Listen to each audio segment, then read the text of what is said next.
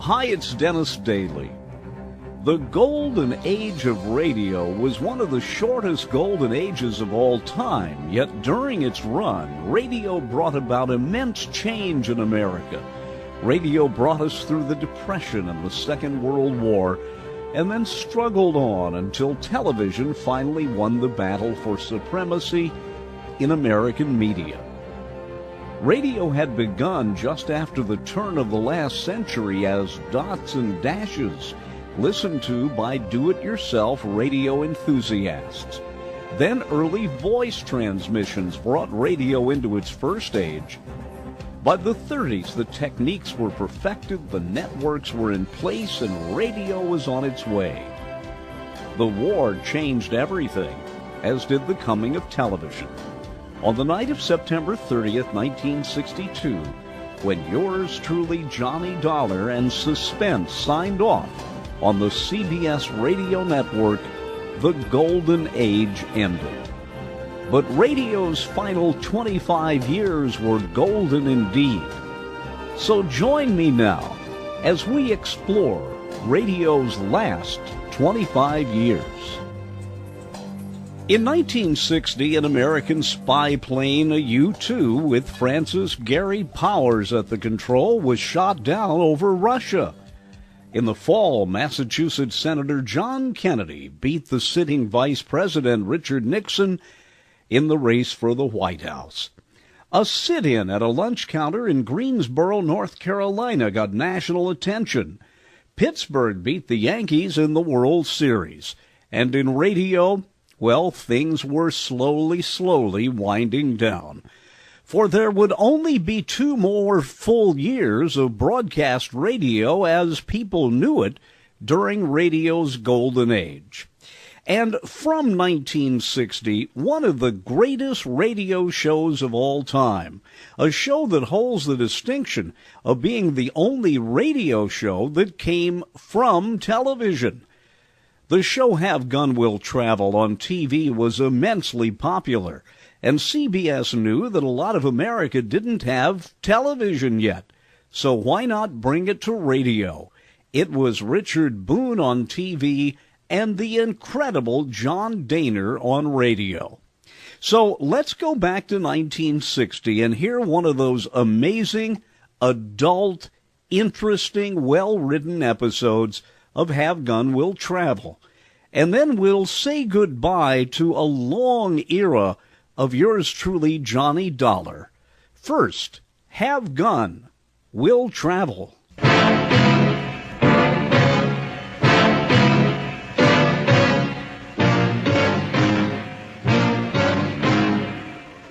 Two armed men against my Derringer are not very good odds.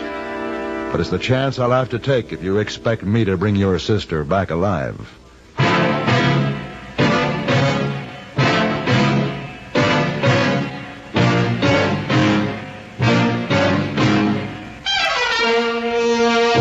Have Gun Will Travel. Starring Mr. John Dehner as Paladin. San Francisco, 1875. The Carlton Hotel, headquarters of the man called Paladin.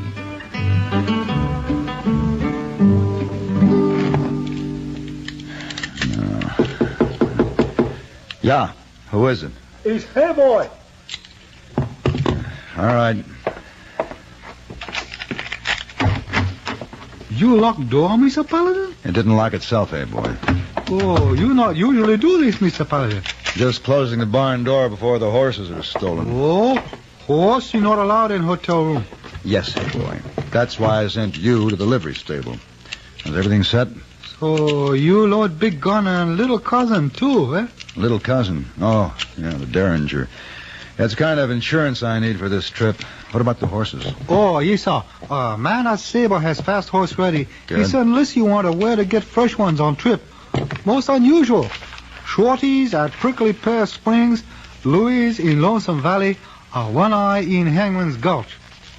Tell me, Sir Paladin, why you go these strange places? Get fresh horses, hey, boy. I just put the list with my coat over on the bed, will you please? Yes, sir.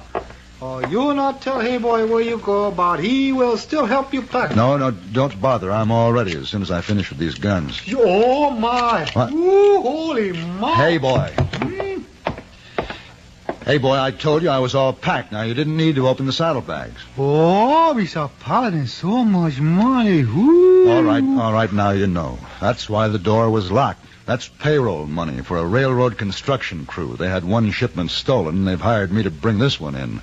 I'm traveling alone to avoid attracting attention. So for your own protection, hey, boy, and for mine, don't mention this to anyone. You understand? Hey, boy. Ooh. I guess the sight of so much money has left you speechless. For once.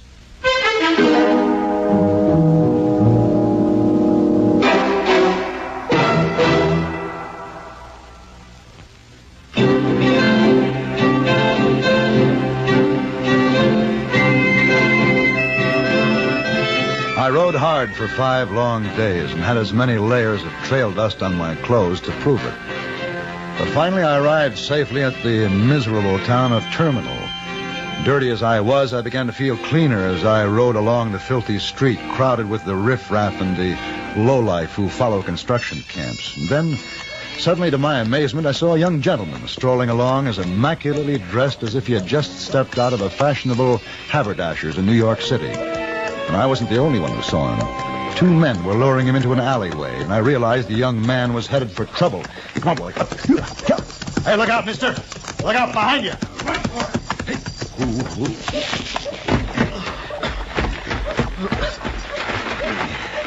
You all right?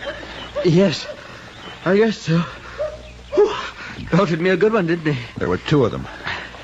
They told me that a man had been injured in here. I'm afraid you fell for an old trick. Here, let me help you up. Oh, thank you, sir. All right. Well, I owe you my life, I would say. They very well could have done me in. I must repay you, sir. My name is Henry Matthews, Jr. Mine's Paladin, but no, don't worry about repaying. Oh, I insist, Mr. Paladin. You will have supper with us. Meet my father and sister. Your sister, Mr. Matthews? In a town like this? But of course, why not? Well, your clothes make you somewhat out of place in Terminal, much less your sister. Oh, I see what you mean. I suppose it was my clothes that attracted those ruffians. I was looking this curious place over. We've only just arrived. But come along, you must meet my family. I didn't know there'd be a hotel in this town. Oh, you have quite a surprise in store, sir. Yes, I'm sure I have. The current Crusade for Freedom campaign is important to all of us. The forthcoming summit meetings could yield real results for peace and freedom, or they could turn into a propaganda parade for the communists.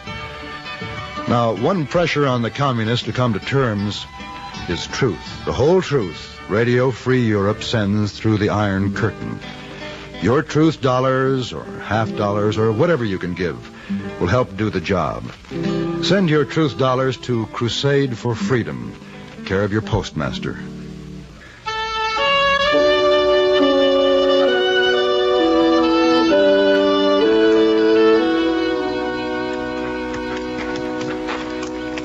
Oh, we're nearly there, Mr. Paladin. It's just around that building. You'll like Father. He's a good sort. And Alice is attractive enough, but rather stuffy at times. You know, I still can't get over seeing you in a place like Terminal. Abroad, maybe, say on the Champs-Élysées. Well, actually, we were all set to take the grand tour this summer, but Father decided a trip west would be good for us, and I love it. Alice hates it. Father's president of the railroad, you see, and... Oh, there we are. Well, I'll be. It's Father's, specially built for him. A private railway coach on a siding. It's really quite nice inside. I think you'll like it. Oh, I'm sure I would, Mr. Matthews, but I really can't. I'm much too dirty and dusty for such accommodations. I don't even have fresh clothes. No problem at all. First a bath, then your choice of my wardrobe. I'd say we're practically of a size. Oh, did you say bath? Of course. It's the very least I could do. Shall we? I'd be a fool to refuse. I should explain, I'm delivering some, important papers, so even though my saddlebags seem filled, I don't have other clothes. No need to explain. Tie up here at the end of the vestibule. Our man will stable your horse. Thank you. If you like, I'll place your saddlebags in the coach safe. I'm sure Father won't mind. Oh, fine. I'll bring them in. My valuable papers will be right at home in your safe. Right up. After you, Mr. Paladin. Thank you, sir. Oh, there's Alice. Henry Matthews, Jr., just what do you think you're doing? Hello, Alice. I saw you from inside with this man, Jr. You aren't bringing him inside, are you? Yes, Alice, I am. He did me a very great favor. He's staying for supper. My sister, Alice, Mr. Paladin. How do you do, Miss Matthews? Junior, do you have to subject us to the company of just any saddle tramp you drag in from the street? Alice! Really, I thought you had better taste. Oh, I'm terribly embarrassed, Mr. Paladin. Well, perhaps she's right. I'm not a very pleasant-looking supper companion at the moment. We'd better make it some other time. Well, that looks like a boarding house of sorts over there. Nonsense. You're coming inside, and we'll make Alice eat her words. You just follow me. Are you coming? Huh? Oh, yes, all right, if you insist. I do. What were you looking at? Those two men who tried to rob you. Where are they? No, they've disappeared. I think they were watching us. Well, don't worry about them. We'll be safe inside. Will we? Truthfully, Matthews, I'd rather tangle with those toughs out there than go inside to face your sister.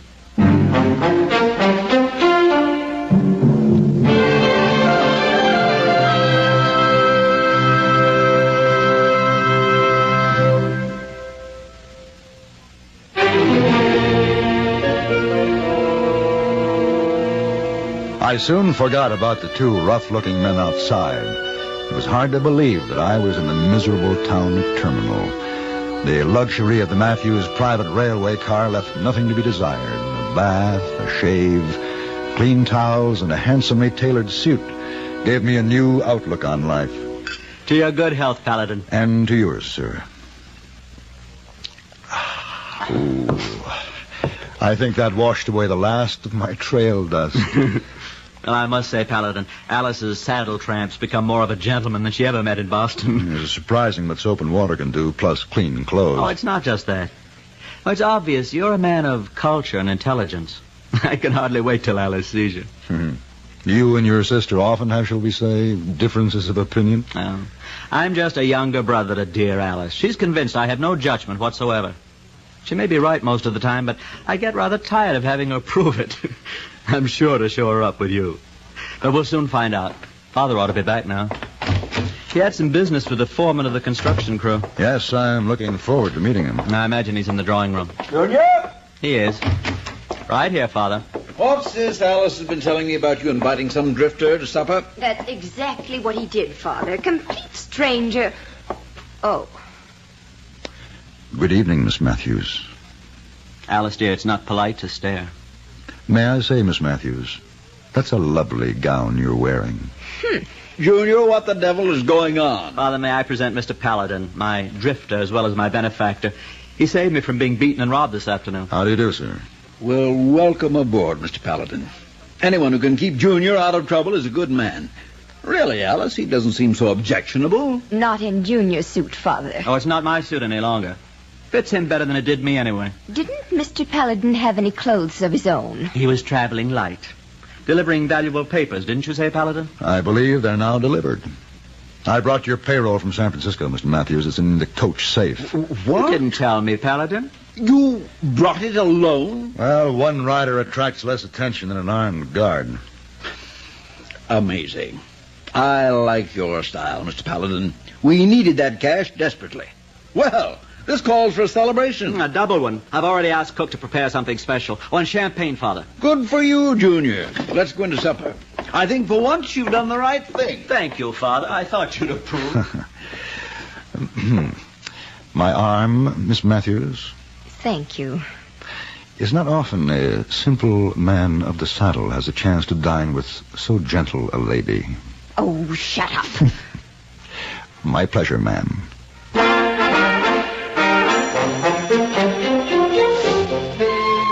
I'd have been quite skeptical if someone had told me when I rode into Terminal that I'd soon be dining in plush surroundings on continental cuisine with the president of a railroad, his son, and very lovely daughter. Miss Alice Matthews took every opportunity to discount me as being any kind of gentleman, but to her brother's delight, I was able to counter her every move. After supper, she excused herself for a breath of fresh air on the vestibule. I would have been very happy to join her, but Mr. Matthews wanted to talk business, and talk he did for nearly an hour. Yes, sir, Mr. Paladin, there's plenty of money to be made in the West. Our railroad will serve the new mines just opened. Limitless possibilities. Really, Father, our guest has been riding night and day on our behalf. We ought to turn in so he can have the rest he's certainly earned.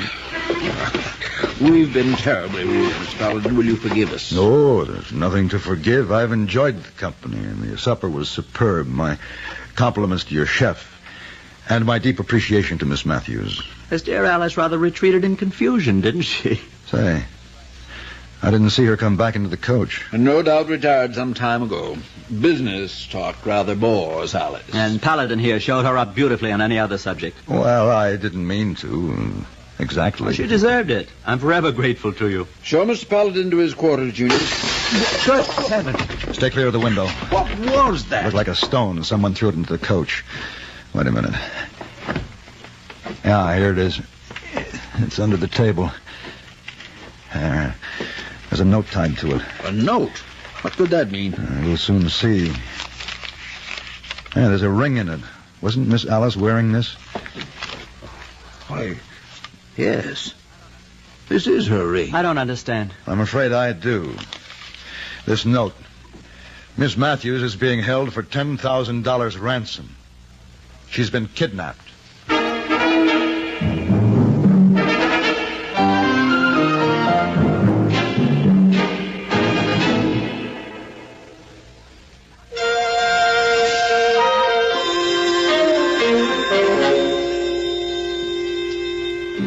The crudely scrawled note demanded $10,000 for the return of the young lady. It also stated that her brother was to deliver the money behind the terminal saloon at midnight, and he was to come alone and unarmed. The Matthews, Sr. and Jr., offered rather drastic solutions. I'll deliver the money and then thrash the scoundrels. We'll call out the whole construction crew. Now, We'll have them and tear this town apart. Gentlemen, either way, Miss Alice might be harmed. The two men who tried to rob Henry and then followed us here are probably behind this. No, we'd better comply with their orders, with one exception. What do you mean, Paladin? It's obvious that if you took the money, they'd take you, too, demand double the ransom.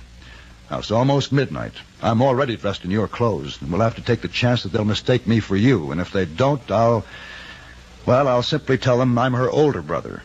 After that, I'll just see what I can do. But couldn't I? It's brave of you to offer, Junior, but Mr. Paladin's better equipped for this sort of thing. We'll pay you well, sir. No, I wouldn't think of it. That's very sporting of you, Mr. Paladin, but nonsense. Well, can't I even go with you? They said alone, Junior. Yes, but he won't be armed. No, not with my 6-gun, just its little cousin, well concealed. I beg your pardon? My Derringer. Good idea, Mr. Paladin. Now, there's only one thing that bothers me. Yes?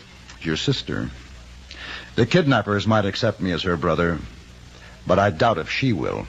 I had a feeling I was being watched from the moment I stepped out of the railway coach. The gambling saloons were doing a big business, so there were very few people on the street. I found the terminal saloon and walked behind it into the darkness. And the vague feeling that someone was behind me suddenly grew less vague when I felt a gun barrel against my back. Don't move, mister. No guns, eh? Good thing for you. We followed your orders to the letter. What are you doing? Just putting a bag over your head, mister. And turn around. Drop that satchel and stick out your hands. Now, what's the meaning of Drop this? it. I ain't taking no chances. Hey, what do you think you're doing? With your hands tied and your head covered, you'll stay out of mischief. There we are. All the money in this bag? See for yourself. Oh, don't you worry, I will. Right now, we're going to take a little wagon trip. Move.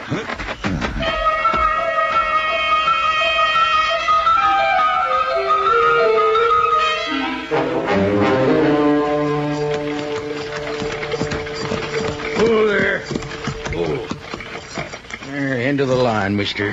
Climb down. How can I? I can't see with this confounded sack on my head. My hands are tied. Oh, well, then I'll just help you. How's that? Yeah, you dudes sure ain't good at getting in and out of wagons. Come on. Get up and let's go.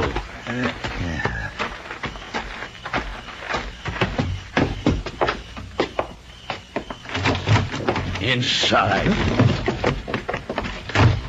You get him? I got him. Money, too. Good. Guess we hit pay dirt this time. Yeah, and we're gonna double it. My father will hear about this. Oh, that's right, Sonny. We'll get word to him. Should I put him in the other room with the girl? Yeah. I want to take a good look at this money. Come on, rich boy. Here's your little brother, lady. Wrapped up nice and neat. I don't believe you. Yeah. See for yourself. I'll take this sack off and show you. What'd they tell you? Alice, dear sister, are you all right? Come here and help me count this money. And we got to decide how much to ask for him. All right. Now, leave the door open so we can watch him. Don't know what for. They ain't doing nothing. I never can tell. Put your arms around me, Miss Matthews. You're supposed to be my sister. My arms around you. You might just save our lives. Our lives? Oh, yes. Like this? Yes. Hug me now. And listen carefully. Don't move suddenly, but put your hand under my coat. Why? Look at him in it. Scared to death. There's a derringer strapped under my arm. Get it for me. I can't reach it without moving. You've got to. My wrists are tied. Now pretend you're reaching up to kiss me. I couldn't. Kiss me. All right. There, I've got it. Now put it in my hand. I can hold it. What's going on in there? Oh, they're coming. When I turn to face them, drop to the floor.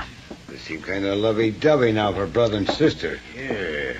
What are you two? Don't move, gentlemen. He's got a gun. Get him. Hit the floor, Alice. Drop that.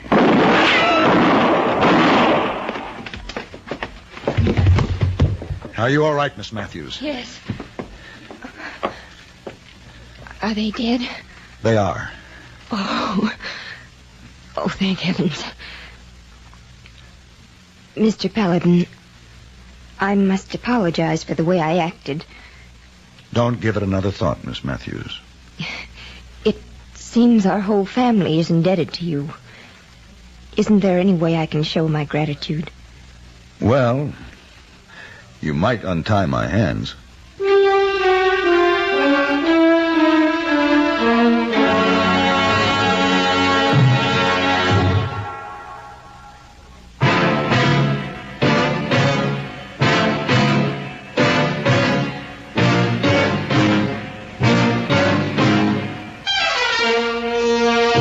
Have Gun. Will Travel. Created by Herb Meadow and Sam Rolfe, is produced and directed in Hollywood by Frank Paris and stars John Daner as Paladin, with Ben Wright as Hayboy and Virginia Gregg as Miss Wong. Tonight's story was specially written for Have Gun, Will Travel by Rod Peterson. Featured in the cast were Jack Edwards, Parley Bear, James Nusser, Jack Moyles, and Eleanor Berry. And now, here's a special word from our star, John Daner. The current Crusade for Freedom campaign is important to all of us. The forthcoming summit meetings could yield real results for peace and freedom, or they could turn into a propaganda parade for the communists. Now, one pressure on the communists to come to terms is truth. The whole truth Radio Free Europe sends through the Iron Curtain. Your truth dollars or half dollars or whatever you can give will help do the job. Send your truth dollars to Crusade for Freedom, care of your postmaster. This is Hugh Douglas inviting you to join us again next week when CBS Radio presents Have Gun, Will Travel.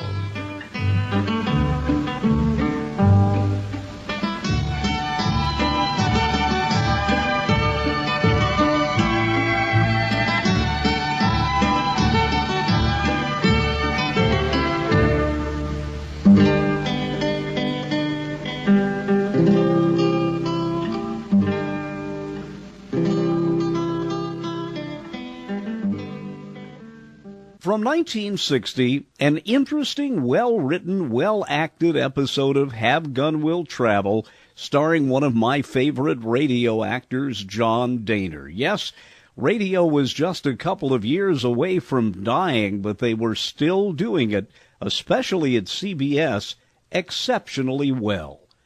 1960 was also the year that Bob Bailey stepped away from the role of Johnny Dollar.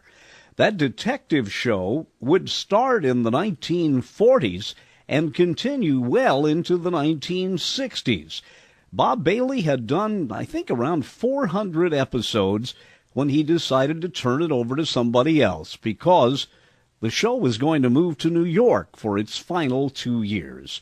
Here is the last episode in which Bob Bailey starred as Johnny Dollar.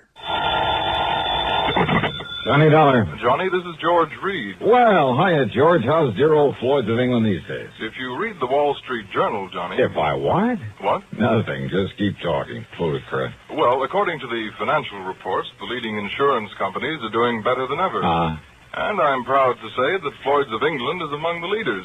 Does that answer your question? So, as head of the North American office, the company has given you a big fat raise? No. And you'd like to celebrate by taking me out to dinner tonight? No such luck. Just name the time and place, and I'll... What'd you say? Listen, Johnny, you'll get far more than a free meal out of this. And you are available. Completely? All right. I have a problem, a rather unusual one.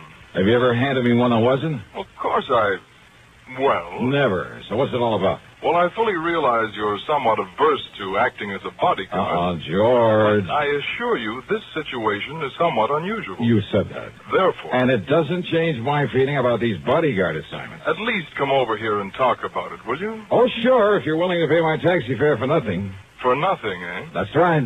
We'll see. Oh, yeah, we'll see.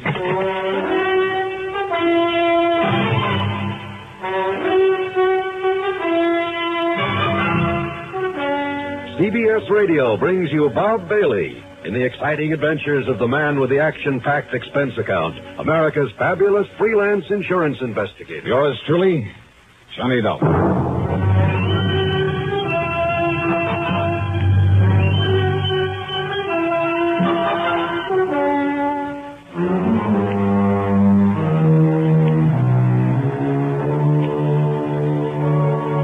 Expense account submitted by Special Investigator Johnny Dollar to Floyd's of England, North American Office, Hartford, Connecticut. Following is an account of expenses incurred during my investigation of the empty threat matter.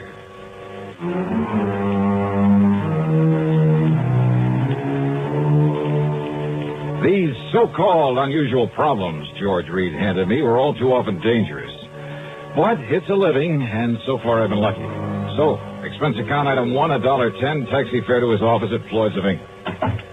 Come in, Johnny. Sit down. Yeah, sure. Thanks. I'm glad to see you. Glad you could make it. Well, I'm not so sure I am. What's it all about, George? Charles Stockerly is our client's name. He's a retired attorney. And somebody that he sent to the pen has got out now and is gunning for him. Possibly. Yeah. Where does he live? He doesn't. You want me to act as bodyguard for a dead man? Well, I mean, he has no regular address. It's like this, Johnny. Yeah, please, let's get on with it. Stockerly had a highly successful career right here in Hartford. Married, brought up a couple of adopted youngsters. All in all, managed to live the good life. Except perhaps for the fact he worked too hard. So? Now, mind you, I don't mean to imply that he ever went off his rocker, but when his beloved wife died a couple of years ago, and with that worthless, hateful son of his still around to worry him... Adopted, you say? Yes, both young Andrew and his married sister Joyce. She's a wonderful girl, by the way. So what about? Nothing. I simply mentioned them in passing. The point is, Mr. Stockerly has quite a bit of insurance, which is why he didn't hesitate to contact me regarding these apparent attempts on his life.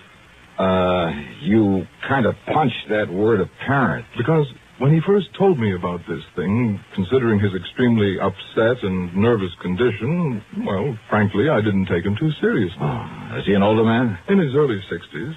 But now, apparently, and I use that word again, these threats have become very real, which is why he's been running away. Running away? Well, I told you he has no permanent address. And now that he's demanded your protection, that you stop whoever is trying to kill him, if somebody really is. All right, where is he, George? At the moment, in Tahiti. Tahiti? Yes, living in the seaport town of Papeete. Well? George. Yes? I don't want this job, not one bit. Oh, now, Johnny. But I'll take it on. For just one reason. Yes? All my life, I've dreamed about someday seeing Tahiti. Item 2 on the expense account includes $8 plane fare, Hartford to New York City. $785.30 to the Fiji Islands. Then we'll call it a total of $850 for plane tickets and a handful of incidentals. It took over a full day of flying for me to reach the town of Nandi on the western shore of the little Pacific island of Viti Levu. But it was a lot better than a couple of weeks aboard a steamer. Another hop took me across the island to Suva.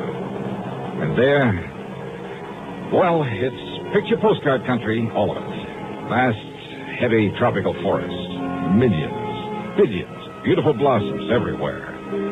Picturesque South Sea villages full of thatched huts, palm-lined beaches, and the magnificent clear blue water breaking over reefs of coral. The people, fascinating, many of them East Indians, the women dressed in saris, the men wearing large white turbans. And there were plenty of the native Fijians with their wild, wiry, bushy hair that seems to stand on end. From Suva was an overnight flight to Papeete in a flying boat. A lot of travel time, a lot of expense, but certainly worth it. Tahiti, with its black sand beaches and coconut palms, its tremendous carpet of tropical foliage and flowers, from the shoreline back to the mountains, the soft, almost caressing climate. Oh, yeah, it's really an ideal place to get away from it all. Sound nice? You want to go there? Well, it made me want to stay there. Yeah, it's the one place I've found where I get really, completely relaxed. And I made up my mind to take the fullest possible advantage of it, job or no job. I learned that Mr. Charles Stockley, the man who'd sent for me, lived in a small bamboo house near the water's edge within easy walking distance of the hotel where I'd registered. But my nice, idyllic dream was quickly shattered when I found him there. When I found what was left of him.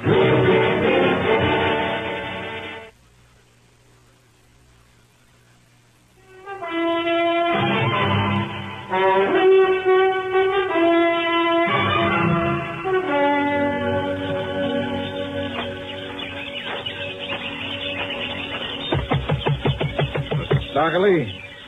Just 1 minute, please. Yeah, sure. Yes, Mr. Stockley? No, I am Dr. Bentley. Oh, well, I'm Johnny Dollar, a special investigator. Is that Mr. Stockley? Yes, it is. What happened? Who did this to him? Is he still alive? Yes, Mr. Dollar. He's resting as a result of the sedative I'd given him. But he looks as though he... Why, what happened to him, Doctor? He was up on the side of Ka Arbu Mountain gathering flowers on a long and treacherous ledge. Oh. When he noticed someone following him very furtively. Oh? Apparently this someone did not wish to be seen by him. He kept getting closer and closer, but always in hiding. Go on, Doctor. Then Mr. Stockley realized it was someone there with no good intent. But as he sought to escape, stepping gingerly, carefully along the rim of the ledge... Yeah? He isn't certain exactly what happened. He's quite sure he didn't slip. Rather that he was shoved by this, someone from behind a bush. He fell about 60 feet down through the tangled brush and remained there overnight. If one of the natives hadn't found him early this afternoon... But he isn't sure he was pushed off there. Oh, he's quite certain of it. And that the man, the person he saw up there, wasn't just somebody else gathering flowers. Mr. Dollar, if it weren't for his exhaustion, and of course the sedative I had given him, he would have fled this island immediately. You see, he's a very nervous and, I might say, apprehensive man. Look, do you know of anyone who might want to harm Mr. Stockley? Oh, certainly not, sir. Mr. Stockley, in spite of his nervous affliction, a constant kind of fear, I would say. Yes, I know. Why, he is one of the most highly regarded... Well, I'm certain that no one, white or native... Yeah, okay. Now, how long do you think he'll sleep? Oh, until sometime late tomorrow morning. All right, then I'd better plan on bunking down right here. Tell me, Mr. Dollar. Yeah? Do you think that he is possibly in danger from someone? Maybe. Maybe not. We'll see. When I told the doctor my job, he was completely cooperative. Helped me improvise a bed near Mr. Stockley's, and he had some food brought in for me. That and his fee for the care of Stockley came to $9. I didn't get much sleep that night. Every completely harmless sound around that little shack got me up with a start. Had I known what the morning was to bring, I might have asked the doctor for a sedative for myself. Promptly at 5:30 a.m., Stockley woke up. He was so worried, nervous, and excited, I thought he'd gone completely off his nut. It's no use, Dollar. We got to get out of here. Yes, we must get away before he finds me again and kills me. So he left on the morning plane. But it wasn't until we changed at Suva, then at Nandi, and finally started that long leg of our flight across the Pacific towards San Francisco that he calmed down long enough to tell me what it was all about, after a lot of irrelevant chatter about his family. The death of my darling wife back in 1958 upset me terribly, Mr. Dollar. I confess I became a nervous wreck. Temporarily, that is. If it hadn't been for our adopted daughter, Joyce, a wonderful girl, I'd have lost my mind. What about your adopted son? Wasn't he any help? Andrew? Oh, never. I've given Andrew everything, Mr. Dollar. Too much. Education, money, investments that will keep him wealthy for life. A bad mistake. He's never done a day's work in his life. Yeah, well, now... What's more, he's never shown the slightest sign of gratitude for love for his sister. I see. But Joyce, who asked for nothing in all her life, who worked to train herself, to support herself, and is now married to a fine young man. Mr. Stockley... Joyce has been nothing but a joy and comfort to me. About these threats now... That is why I never worried about the threats. Yes. They've been more than that. They've been attempts upon my life. Like the one you nearly witnessed there in Tahiti, where I thought I'd finally found safety. From whom, Mr. Stockley? From whom? From whom? At home in Hartford, when I tried to tell the police, they wouldn't believe me. I suppose perhaps because of my nervous condition, but it must be Harry Linker. Linker? Yes, Linker. Years ago, I had him sent to prison. He swore he'd get even with me. But look, don't they all make that kind but of what threat? did the police say? That he's reformed now, that it must be someone else. But I knew he'd come back to kill me, and he has. Oh, now listen. First was threats over the telephone, right after Martha died, as I was about to leave for Europe. Oh? And when you left, he stopped bothering you? Stopped. It was in Paris that I heard from him again. It was in Paris, Mr. Dollar, that I narrowly escaped being run down in the street and by an American car. But now look... So I fled to London. I should have known better than to walk the streets there alone at night. But it was there that only the intervention of a bobby kept me from being murdered by him after another warning. But, Mr. Stockley... In Jakarta, more threats. I found a poisonous reptile in my trunk. In Stockholm, I found the scorpions in my briefcase just in time. Oh, now, please, look here, Mr. I've Stockley. run, and I've run, and I've run. But he's kept coming after me. He attempted to poison my food, I'm sure of that. Mr. Stockley. And there in Tahiti. Yes? Look, every one of those things could have been coincidence. Coincidence? So please, until we have some proof this man Linker is chasing you around... The doctor told me that unless I am able to stop this mad flight, I'll kill myself. Perhaps even deliberately. What'll I do? Where can I go? Well, right now we're heading back to the States, back to Hartford. What if he's following us? Then maybe we'll find some proof against him. Proof? By having me killed? Look, you'd better take another of those pills the doctor left for you. And you'll stay awake to protect me? Yes, I promise. Coincidence? Why, sure it was. There at the San Francisco airport when the baggage truck ran out of control and almost hit him. Anyhow, I practically had to hold his hand on the rest of the trip to Hartford. There, I piled into my car, drove straight to my apartment, gave him a key, and had him go upstairs and wait for me while I put the car away in the garage at the back. It took me 3 trips up those stairs with the luggage, but then...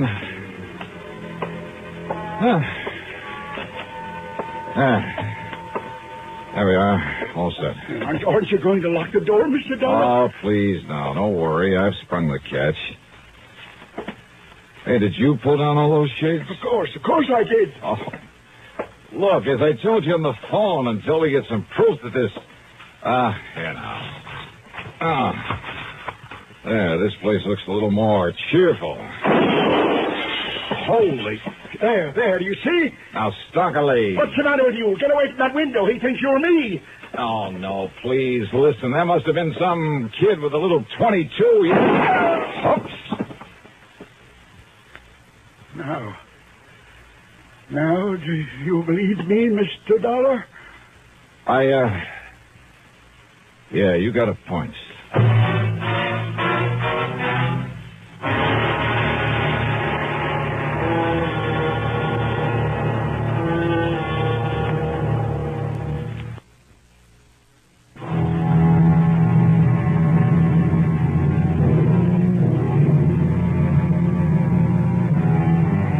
I carefully dug one of the 38 slugs out of the wall, wrapped it in a handkerchief, then put in a fast call to Bill Peters, who was not only a good doctor, but, well, I told him to pack a gun into his medical kit. He arrived in short order and did what he could to quiet Mr. Stockley's nerves and agreed to stick around. He'll sleep a little while now, Johnny. Good. But listen. Yeah, Bill? Did you hear him? You know, he's not kidding. This old coot's gonna take the leap unless we can... Suicide? Wouldn't put it one bit beyond him. Believe me. This whole business has him in pretty bad shape. Oh, that just doesn't make sense, Bill. Because he's been trying so hard to run away from this killer or supposed killer. Well, sure he has. And if he wanted to die, Just brush up on your human psychology, boy. Okay, I'll take your word for it. Now, if you'll stick around, I'll get this bullet over to headquarters. I'll be here. At headquarters, they gave me the story that Stockley had said they would. A few years in the clink had changed Harry Linker. He was living a model life, running a store right here in Hartford. I called on Linker at his hardware store, and I must say he convinced me that he was behaving himself. He was even quite concerned about Mr. Stockley, offered to help us if he could. I called on Stockley's adopted daughter.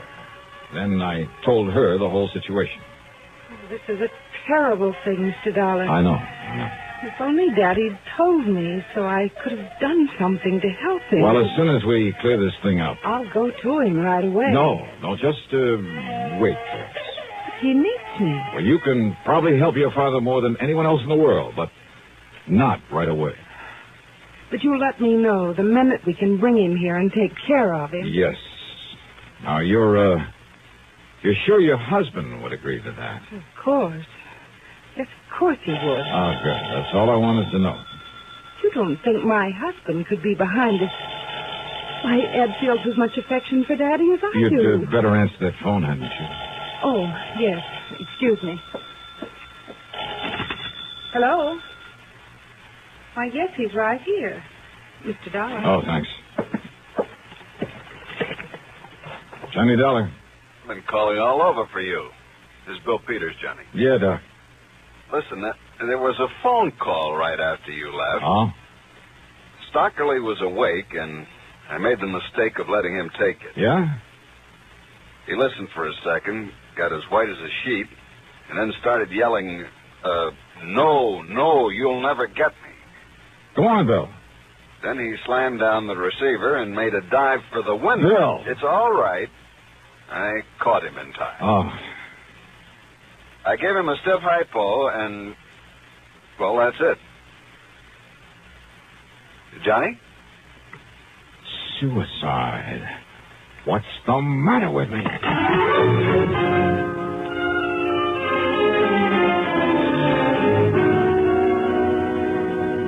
I tore on over to George Reed's office at the insurance company. Here you are, Johnny. Our copy of Mr. Stockley's policy. Yeah, good. All right. Well, let me see if As you'll note, his adopted daughter, Joyce, is the sole beneficiary. Yeah, I see. But Andrew, the adopted son, is specifically omitted. Irrevocably.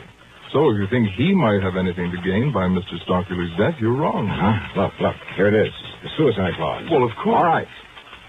So maybe Andrew couldn't get any of Stockley's money. But if that old man killed himself, neither could Joyce. And believe me, Andrew would love that. Oh? So, these attempts on the old man's life, were they? Were they really? What? Or were they just part of a long, drawn-out, careful campaign to drive him off his rocker, make him kill himself? But if that's Can true... anybody prove that Andrew actually tried to kill him? No.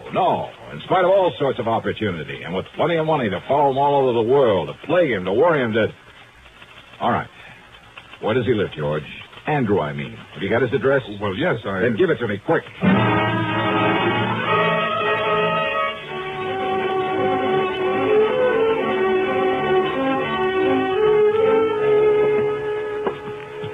Travel stickers, huh? On all his luggage. From all the places Mr. Stockley has been. Yes, I suppose I should have taken them off my luggage. Mm-hmm. They are going to hang you, Andrew.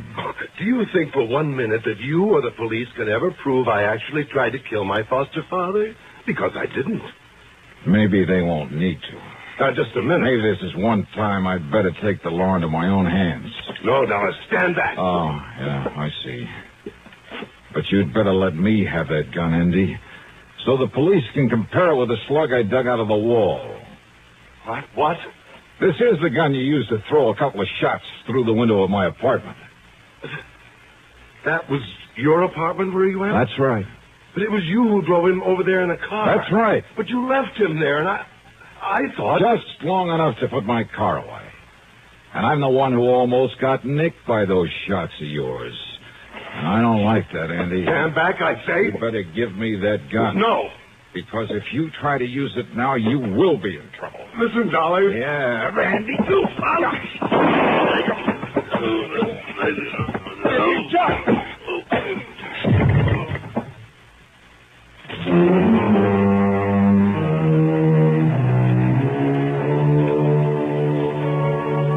All I hope is they lock that bird up for the rest of his life. And that somehow Joyce and her husband can bring the poor old man back to normal.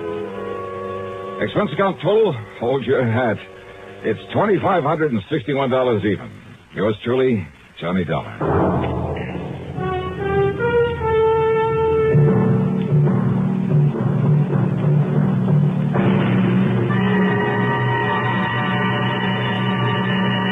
To tell you about next week's story. Next week, a story of real intrigue, plus a couple of the most intriguing characters I ever met. Join us, won't you? Yours truly, Johnny Dollar.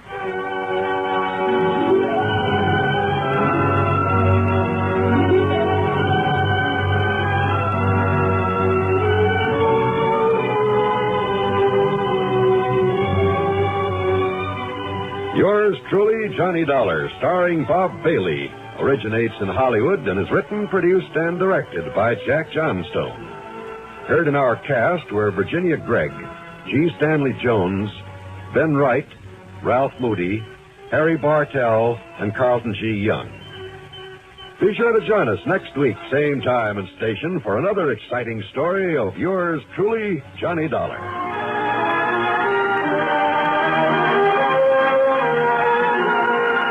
This is the CBS Radio Network.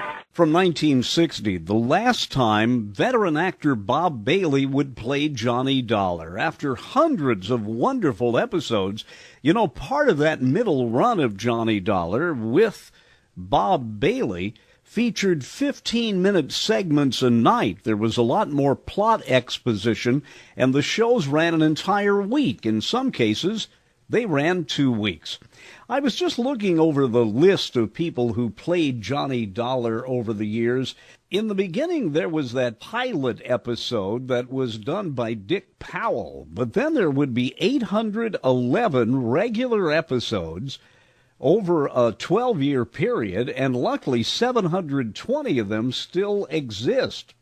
Well, after Dick Powell did the Johnny Dollar episode, he went on to other things, and Charles Russell was chosen. Now, he was the first Johnny Dollar, and his portrayal was okay, but it was very much out of the cloth of all the other radio detectives. Then the torch was passed to actor Edmund O'Brien. Those were really good shows, but I think of the Johnny Dollar, Edmund O'Brien era as being kind of a different Johnny Dollar, a separate but equal, if you will. Then actor John Lunn stepped in for 2 years. The show was off the air for a few months, and then in October of 1955, it came back with a vengeance as Bob Bailey took over as Johnny Dollar. In 1960, it was announced the production was going to move to the East Coast, and so Bob Bailey decided not to go with it. There were 2 actors who played Johnny Dollar out of the New York studios of CBS. Jack Johnstone continued to write, Bob Reddick, and then Mandel Kramer there at the last, and many say that his was the second best Johnny Dollar. About 3 or 4 shows back from the last show that Bob Bailey did, Jack Johnstone wrote an interesting program in which Johnny gets called to all kinds of different things at once, and it gives a lot of his old friends a chance to thank him. It is in this episode that Bob Bailey is allowed to thank the staff. It's kind of a going-away party for Bob Bailey a couple of weeks before he actually went away. Now also from 1960, the almost swan song, the very end of that thank you episode of yours truly, Johnny Dollar. Well, Johnny, we just thought that maybe a gathering of your friends, your real friends, Johnny, I mean that. And if there's anything you want, Johnny, this house, a nice yacht, a couple more cars, anything, Johnny. Anything, huh? Yes, sir. More than this? Well, look, if I can somehow hold on to the friendship of people like you, that's all I ask. Believe me, it's the most that anybody could ask.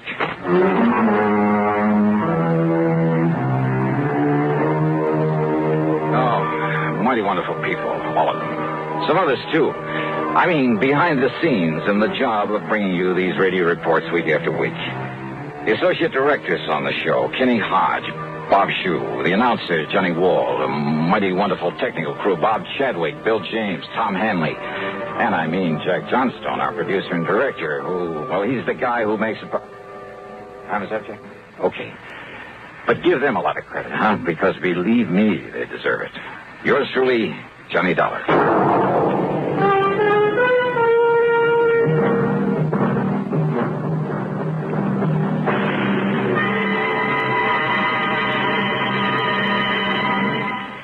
Stop and think a minute. Just how well do you know the 2 presidential candidates? How fully informed are you on the main issues of their campaigns? Well, you can learn a lot about Vice President Nixon, Senator Kennedy, and what they stand for if you listen to Presidential Countdown, a special series of pre-election broadcasts presented each week by the Public Affairs Department of CBS Radio News. Don't miss this important, informative feature. Listen to Presidential Countdown every Tuesday night on CBS Radio. Now, here's our star to tell you about next week's story. Next week, a yarn about the lust for gold and the things it can do to a man. The story takes place in the famous historical ghost town of Virginia City, Nevada, site of the famous, almost fabulous Comstock Lode, where sudden death was all too often the price of finding a rich vein of gold or silver back in the middle of the late century. Or even today, there's gold to be found, and sometimes murder. I think you'll like this one, especially the switch at the end of it. So join us, won't you? Yours truly, Johnny Dollar.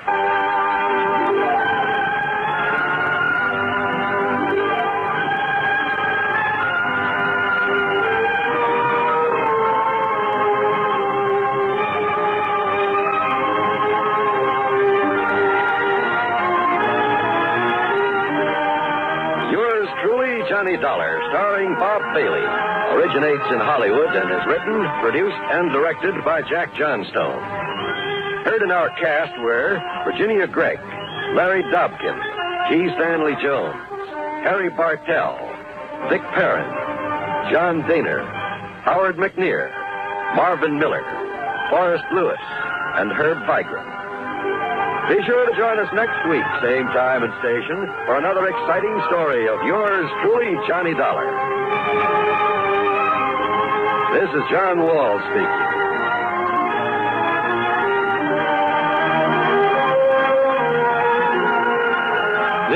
the CBS Radio Network. I'm Dennis Daly. Thanks for going along on our journey through the final 25 years of radio. Radio's golden years. Join me again next time.